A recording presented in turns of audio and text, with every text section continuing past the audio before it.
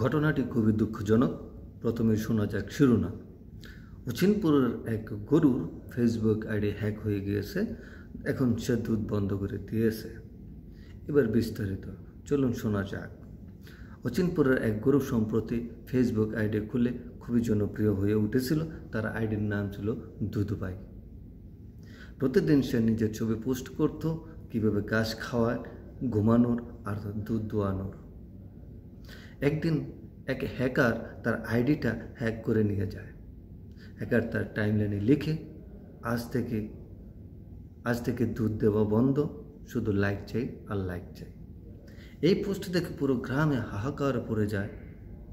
গরুর মালিক বললেন, আমার আইডি হ্যাক হয়েছে ভালো কথা, ঠিক আছে, কিন্তু দুধ বন্ধ কেন? এলাকাবাসী দুধের অভাবে চা নিয়ে প্রতিবাদের রাস্তায় নেমে যায়। শেষে একজন হ্যাকার ধরিয়ে দিলে দেখা যায় হ্যাকার ছিল পাশের গ্রামের এক গরু, যার নাম ছিল বাটার কিং। তাকে অনেক জিজ্ঞাসাবাদের পরে সে স্বীকার করে সে নাকি ঈর্ষায় এমন কাজে লিপ্ত হয়েছে।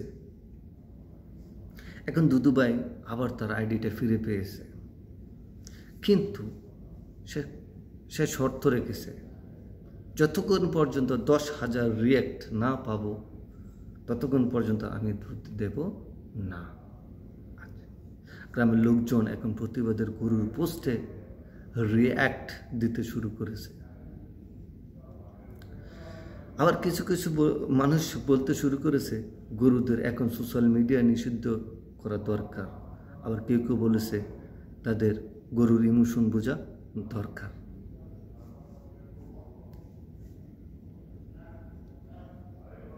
এই ঘটনায় দেশের অন্য গরুরা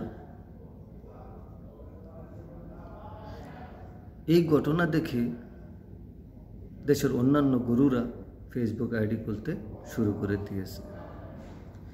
কেউ আবার রিল বানাচ্ছে, কেউ ফুড ব্লগ বানাচ্ছে। পরবর্তী ধাক্কা আসছে, একটা গরু নাকি ইউটিউব চ্যানেলও খুলে ফেলেছে। সেখানে সে ক্লাস শুরু করে দিয়েছে, কিভাবে ঘাস খাওয়াবে, কিভাবে ঘুমাতে হয়, কিভাবে গোসল করাতে হয়, এগুলা শেখাচ্ছে। মিডিয়া বলছে এটাই অচিনপুরের ওইটা। যে পুরো ভিডিও জুড়ে আমি আপনাদের সাথে ছিলাম মিয়া ভাই। পুরো ভিডিওটি ছিল আপনাদের ফান করার জন্য, মজা দেওয়ার জন্য। আশা করি আপনারা অল্প হলেও মজা পেয়েছেন। যদি ভালো লেগে থাকে তাহলে মিয়া ভাইয়ের সাথে থাকবেন এবং মিয়া ভাইকে সাপোর্ট করবেন।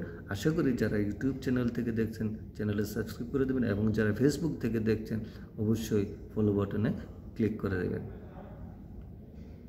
দেখা হবে পরবর্তী কোনো অন্য আরেকটি ভালো কোনো ভিডিওতে। সেই পর্যন্ত আপনারা সুস্থ থাকুন, ভালো থাকুন।